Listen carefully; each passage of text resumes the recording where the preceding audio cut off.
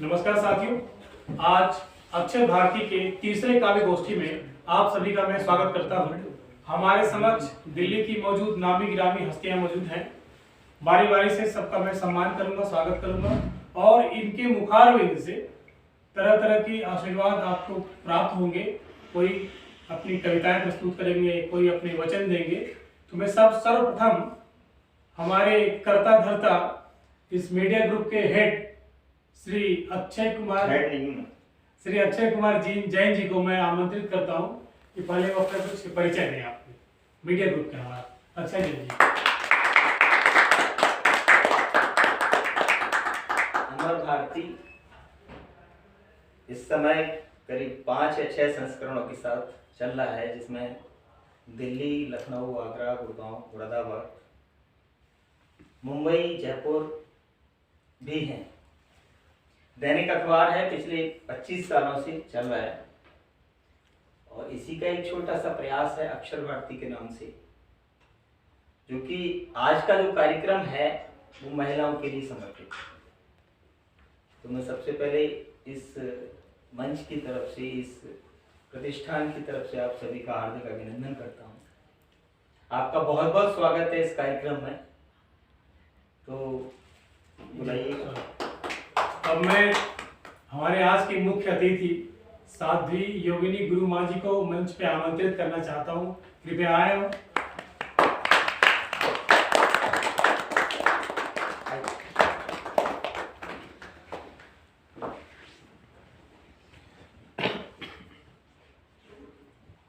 अब मैं अपने अक्षय जैन जी को बोलूंगा, कृपया उनका सम्मान करें।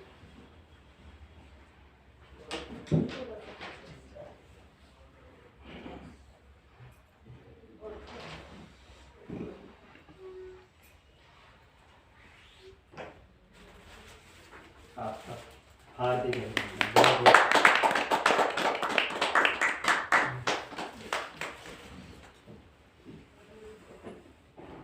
और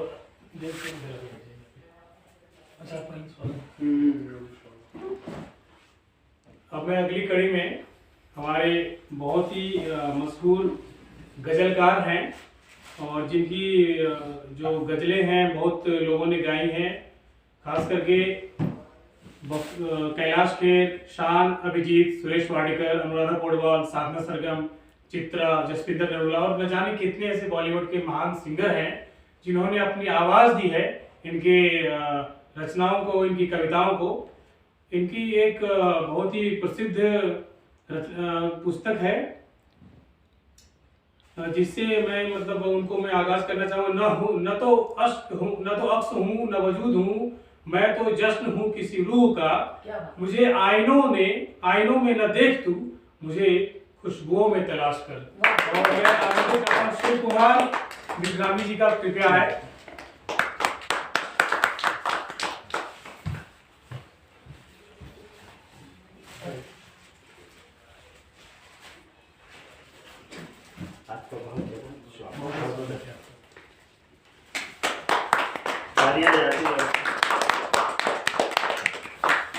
अब मैं अगली कड़ी में आमंत्रित करता हूँ नोएडा से और एक कवित्री जो श्री अलका मिश्रा जी हैं। बहुत ही प्रसिद्ध हैं और इनकी रचनाएं बहुत ही वायरल होती हैं। इनकी कविताओं से हम ओतप्रोत होते रहते हैं। अलका मिश्रा जी, कृपया स्थान करें।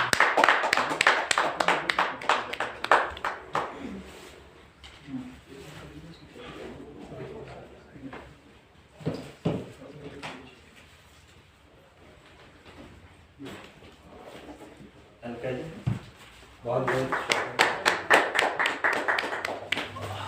और मैं आज की आखिरी मेहमान हमारे ईशा भागवत जी जो साहिबाबाद से पधारी हैं, इस मंच का बहुत बहुत आभार। और आप बहुत ही मशहूर कवित्री, अभी हाल में आपको लक्ष्मीबाई सम्मान से सम्मानित किया गया है। आप उधर बैठ, उधर बैठ। हाँ उधर बैठिए, ज़्यादा अच्छा रहेगा।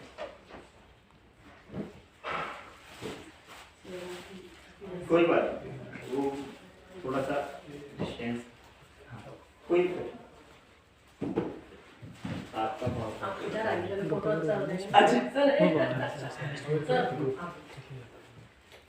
आप थोड़ा पीछे। क्या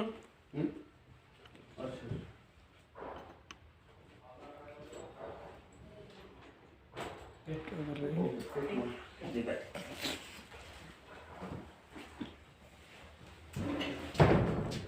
बीच में चले गए। अब मैं आमंत्रित करता हूँ, आमंत्रित तो क्या करना है उस संस्थान की, यानी इस मंच की शुरुआत उन्होंने की है, डॉक्टर सत्यम भास्कर। मेरी जिम्मेदारी बनती है कि मैं आपका अभिनंदन करूं और ये मैं आगे आगे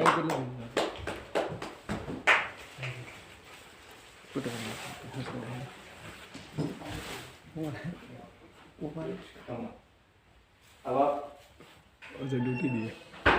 ये मंच मैं डॉक्टर सत्यम भास्कर के सुपुर्द करता हूं ताकि वो अपने कार्यक्रम की शुरुआत करें। स्वागत है।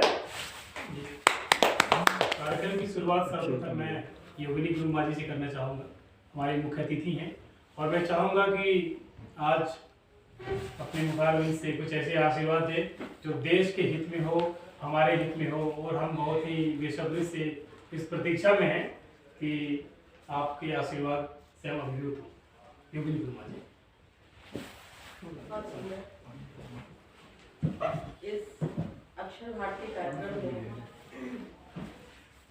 योगिनी गुरु माँ को सम्मानित रूप से इसका मुख्य अतिथि चुना गया है, उसके लिए इस मंच को बहुत बहुत धन्यवाद। और आज का जो विचार है मातृशक्ति सम्मान, सर्वप्रथम हम उस भारत माँ को प्रथम नमस्कार करते हैं नेत्र बंद करके। सर्व मंगल मांगल्ये शिवे सर्वार्थ साधिके शरण्ये त्र्यंबके गौरी नारायणी नमोस्तुते। जयंती मंगला काली भद्रकाली कपालिनी दुर्गा क्षमा शिवा धात्री स्वाहा स्वधा नमोस्तुते। हमारे भारत की सनातन धर्म की परंपरा है कि यहाँ देवी सर्वप्रथम पूज्य है, नारी का बहुत ही सम्मान है। किसी भी देश में भारत को माता नहीं कहा जाता है, मात्र भारत ही ऐसा देश है जिसमें देश को माता से संबोधित किया जाता है।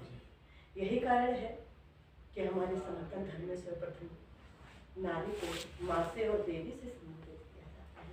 एक बार प्यार से बोलेंगे, भारत माता की जय, वंदे मातरम। तो इस प्रकार से हमारे देश में नारी को सम्मान देने की बड़ी परंपरा है, लेकिन आज के वर्तमान काल में बहुत बड़ी विडंबना घटित हो रही है कि जिस देश में नारी के गर्भ में साक्षात नारायण आते हैं, नारी नर की खान है, नारी ने ही संसार को बसाया है। नारी अगर चाहती तो मनुष्य को आने ही नहीं देती, पुरुष को आने ही नहीं देती, लेकिन नारी के गर्भ से पुरुष आते हैं, महापुरुष आते हैं, साक्षात नारायण आते हैं। आज के वर्तमान युग में उस नारी की जो दुर्दशा हो रही है वो बहुत ही दर्दनाक है। चाहे वो सरकार के माध्यम से हो, चाहे वो ऐसे संस्कार विहीन समाज के माध्यम से हो, और चाहे आपस नारी के करे कलेश से हो। हमें जानने की आवश्यकता है। सर्वप्रथम तो मैं नारी से ही कहूँगी, क्योंकि नारी दुर्गा, काली, सती, सावित्री जितनी महान नारियां हैं उनका इतिहास साक्षी है। अगर हमें अपने जीवन की प्रेरणा लेनी है तो हमारे शास्त्रों में इतने नारियों के महान इतिहास हैं कि जीवन को कैसे जीना चाहिए, जिन्हें जीवन के बोलते सिद्धांत आ जाते हैं, जिन्हें जीवन जीना आ जाता है, उनका ही जीवन महान होता है। बशर्ते जीवन का बैलेंस होना चाहिए। हम भूल जाते हैं, हमें जरा सा भी सम्मान मिलता है तो हम अहम धारण कर लेते हैं। हमारी जिम्मेदारी के विपरीत यदि हमसे कोई सम्मान की कहीं से भी कमी आ जाती है तो वह हम नाराज हो जाते हैं। हमें जीवन में बैलेंस बनाने की आवश्यकता है। यदि आपके जीवन में बैलेंस है तो ना तो आपका कहीं सम्मान जाएगा और ना ही आपका नारीत्व घटेगा। सही बात, बिल्कुल सही। आज हमें अपने पड़ोसी से यदि प्रेरणा नहीं मिलती है, हमारी दादी से प्रेरणा नहीं मिलती है, हमारे किसी भी समाज से हमें प्रेरणा नहीं मिलती है, तो आप अपने इतिहास खोल करके अवश्य देखें ये इतिहास क्यों बनाए जाते हैं कि आगे भविष्य में ये ऐसी घटना न घट जाए ताकि संस्कारों में कमी आ जाए। उन संस्कारों को चिन्हित किया जाता है हमारे महान व्यक्तित्व, महान पुरुषों ने, महान देवियों ने, नारियों ने अपने जीवन को कैसे जिया है। तो जब हमें कहीं से भी जीने की कला समझ में न आ रही हो तो एक बार अपने शास्त्रों को, अपने इतिहास को खोल करके उन महान व्यक्तित्व को जरूर धारण करें। एक बात मैं और कहना चाहती हूँ, हमारा एक अभियान भी है, हमारा सामना है, जिसके अंतर्गत तीन उद्देश्य हमने रखे हैं। पहला तो ये कि जो बच्चे भीख मांग रहे हैं उन्हें हमें शिक्षा भी देनी है, क्योंकि शिक्षा ही जीवन का जलता हुआ दीपक है। रोशनी तो हमें शिक्षा से ही मिलेगी। दूसरा है संस्कार ही नारी का श्रृंगार। माताओं को श्रृंगार करना चाहिए, लेकिन संस्कार विहीन जीवन के साथ में हमें सुंदरता का बाहरी प्रदर्शन नहीं करना है, हमें अपने संस्कार से अपने सुंदरता को दर्शाना है। कहते हैं सादगी जिस दिन श्रृंगार बन जाएगी उस दिन शीशे की खान बन जाएगी। तो हम अपनी सादगी को भूल करके हम सुंदरता के प्रदर्शन में जुटते हैं। अगर हम आचरण की सभ्यता खो देंगे, अगर हम संस्कारों को समाप्त कर देंगे, केवल स्वार्थ भरे जीवन, पश्चिम सभ्यता को धारण करके यदि हम जीवन जीना चाहेंगे तो आप देख लीजिए भारत को छोड़ के किसी देश में नारी का कोई सम्मान नहीं है। नारी एक बच्चा पैदा करने की मशीन मानी जाती है, नारी भोग विलासता का एक माध्यम मानी जाती है, नारी एक वासना का एक आकर्षित केंद्र मानी जाती है। किसी भी नारी के साथ सम्मानित भाव नहीं रखे जाते हैं, उसको ये एक यूज एंड थ्रो की तरह देखा जाता है। एक हमारा देश ही ऐसा है जिसमें नारी को माँ, बहन, बेटी, देवी अनेक नामों से उसको सम्मान किया जाता है। तो उस पश्चिम सभ्यता को यदि हम धारण करेंगे तो हम बिल्कुल वैसे ही माने जाएंगे, उसी दृष्टिकोण में रखे जाएंगे जो अन्य कंट्रियों की महिलाओं के साथ हो रहा है। कहते हैं पुरुष आज की समाज में इतना बुरा हो गया है कि नारियों को कुदृष्टि गोचर करके चल रहा है। नहीं, ऐसा नहीं। ये आंखें हैं, इंद्रिय अपनी अपनी जगह कार्य करती हैं, कान सुनते हैं, आंखें देखती हैं, मुख बोलता है, पैर चलता है, हाथ करते हैं। कहते हैं जैसी दृष्टि वैसी सृष्टि, और जैसी सृष्टि वैसी दृष्टि। जैसे रंग देखोगे पहचान तो वैसे ही बनेगी। यदि आप अर्धनग्न वस्त्र धारण करके और स्वतंत्रता का पात्र बन के आप रोड से निकल जाओगे, आप मार्केट से निकल जाओगे, उस पुरुष की कोई गलती नहीं है। आंखें जो देखती है विचार वैसा ही प्रकट हो जाता है। क्यों कहते हैं कि लक्ष्मी को छुपा के रहना चाहिए, लक्ष्मी को संस्कारवान होकर रहना चाहिए। उस पुरुष की क्या गलती है, उसकी आंखों की भी क्या गलती है। तुम दृश्य ऐसा मत दिखाओ कि उस पुरुष के अंदर विकार पैदा हो जाए। ये मन ही तो है, हमारी 10 इंद्रियां हैं, 5 कर्मेंद्रिय, 5 ज्ञानेंद्रिय, ये मन के वशीभूत हैं। जैसा मन है वैसा ये इंद्रियां कार्य करने लगती हैं। तो सर्वप्रथम हमें समझने की जरूरत है कि हमें अपना प्रदर्शन कैसा करना है। हमें पूज्य बनना है या हमें विलासता के वशीभूत होना है, यह हम पर निर्भर करता है। आज की बेटियों को मैं स्कूल्स में देखती हूँ, कॉलेजेस में देखती हूँ, जाती भी हूँ, तो सबसे बड़ा प्रचलन चल रहा है कि बेटियां सिगरेट पीती हैं। कभी पुरुष नशे के अधीन हुआ करते थे, आज तो बेटियां नशे के अधीन हो गई हैं, शराब तक पीती हैं। आज जो शादी विवाह हो रहे हैं परिवारों में, पहले परिवार में ये सोचते थे कि बेटी के लिए वर ढूंढने जा रहे हैं, कहीं दारूबाज तो नहीं है, नशेबाज तो नहीं है। अब तो ये सोचने को समाज मजबूर है कि जो हमारे घर में जो बहू आ रही है वो नशेवाली तो नहीं है, उसके अंदर किसी प्रकार के नशे तो नहीं है, दारूबाज तो नहीं है, सिगरेटबाज तो नहीं है। तो ऐसा क्यों हमारी बहनों को सोचना पड़ेगा, उनको समझना पड़ेगा कि आखिर हमारा अस्तित्व क्या है, हमारा व्यक्तित्व क्या है और हम क्या है। आज समाज में जब बेटियां इस प्रकार का चरित्र लेकर के और उस संस्कार संस्कार के साथ में जब वंश वृद्धि करेंगे तो वो वंश कैसा होगा? आपको लगता है माता पिता के डीएनए से बच्चों के अंदर संस्कार आते हैं? देख करके हमें सिर्फ सावधानियां मिलती हैं, लेकिन जीवन धारण और जीवन की सभ्यता केवल माँ के गर्भ से प्रकट होती है। जैसे अक्षर आप जिस जगह लिख दोगे वो वैसे ही लिख जाएंगे। तो जैसे माता पिता के व्यवहार के अंतर्गत आगे की जो वंश वृद्धि होती है वो डीएनए पर निर्भर करता है। आज डीएनए समाप्त होते जा रहे हैं।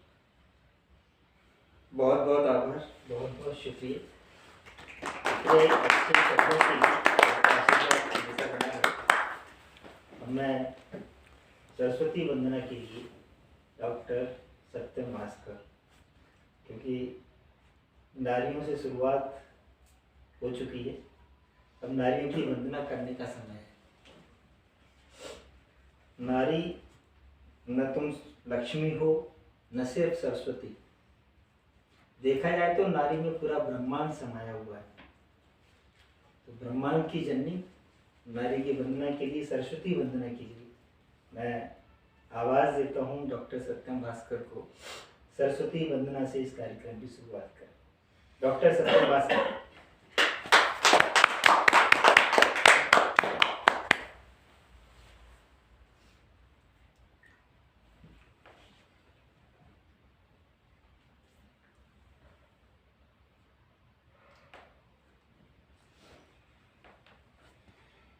कहाँ रह गए आप?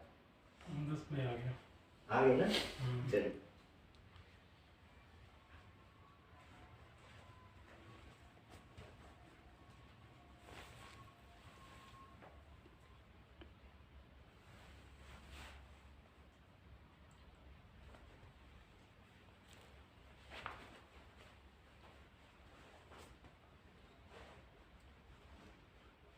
लेखनी का वरदान दो, बालक हैं हम क्षमादान दो। लेखनी का वरदान दो, बालक हैं हम क्षमादान दो। भाग्य उदित हो ऐसा ज्ञान दो, कृपा कर दो सब विद्वान हो। संसार में सर्वत्र ही सम्मान हो, हृदय में तनिक न अभिमान हो। मंगल हो सबका ही कल्याण हो, विद्या दो सद्बुद्धि दो हम दयावान हो। भारत का नौनिहाल ज्ञानवान हो, भारत का नौनिहाल ज्ञानवान हो। सभ्यता और संस्कृति का मान हो, हे हंसवाहिनी गिराश्री महान हो। मस्तक रहे ऊंचा नभ में भी नाम हो, देश प्रेम की भक्ति भी विद्यमान हो। विश्व में सर्वोच्च अपना स्थान हो। वसंत पंचमी पर मैंने लिखा था कि वसंत पंचमी की अर्चना का भी ध्यान हो। पावन हो कोना कोना इतना भी ध्यान हो, पुष्प अर्पित करे भास्कर गान हो। माँ शारदे को मेरा नमन यशगान हो, माँ शारदे को मेरा नमन यशगान।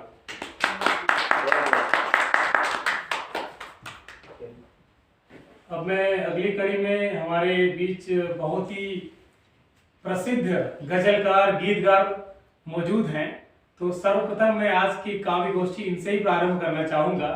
श्री शिव कुमार जी, आपका स्वागत है।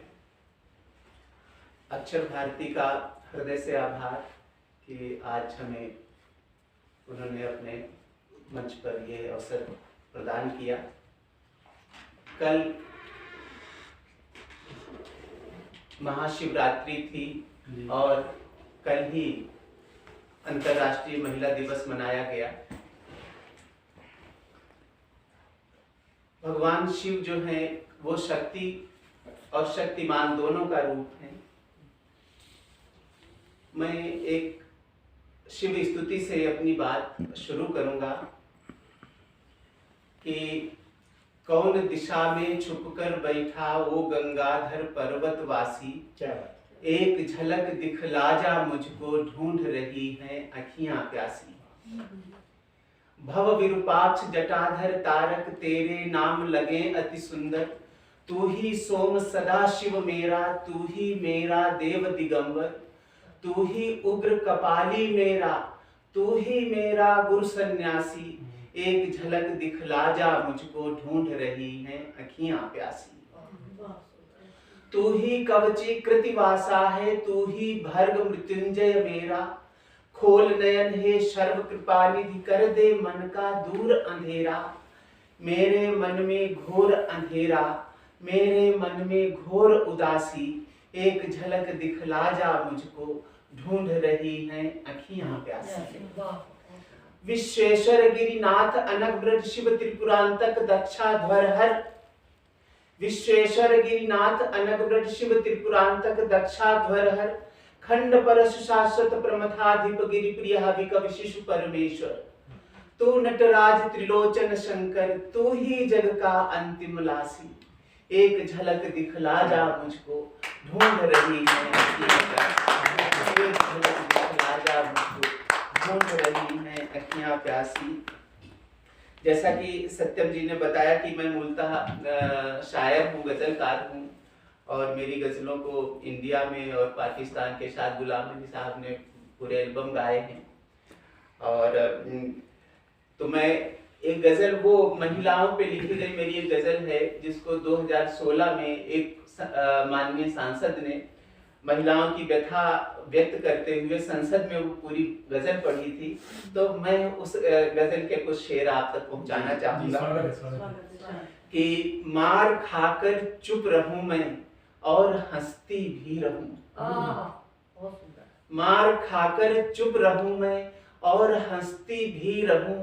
जुल्म की ये इंतहा है और तुमसे क्या कहूं। जुल्म की यह इंतहा है और तुमसे क्या कहूं। रूह तक घायल है मेरी, जिस्म की तो छोड़िए। रूह तक घायल है मेरी, जिस्म की तो छोड़िए। सोच कर तुम ही बताओ और मैं कितना सहूं। सोच कर तुम ही बताओ और मैं कितना सहूं। जुल्म की ये इंतहा है और तुमसे क्या कहूं। देह मेरी बर्फ थी, मैंने इसे पानी किया। देह मेरी बर्फ थी, देह मेरी बर्फ थी, मैंने इसे पानी किया। वक्त की धारा में आखिर और मैं कैसे बहूं। वक्त की धारा में आखिर और मैं कैसे बहूं। जुल्म की ये इंतहा है और तुमसे क्या कहूं। और जिंदगी और मौत हैं दोनों खफा मुझसे बहुत। जिंदगी और मौत, जिंदगी और मौत हैं दोनों खफा मुझसे बहुत। मेरी मुश्किल मैं इन्हीं दोनों के बीचों बीच हूँ। क्या मेरी मुश्किल मैं इन्हीं दोनों के बीचों बीच हूँ। मार खाकर चुप रहूं मैं और तुमसे क्या और हंसती भी रहूं। जुल्म की ये इंतहा है और तुमसे क्या कहूं।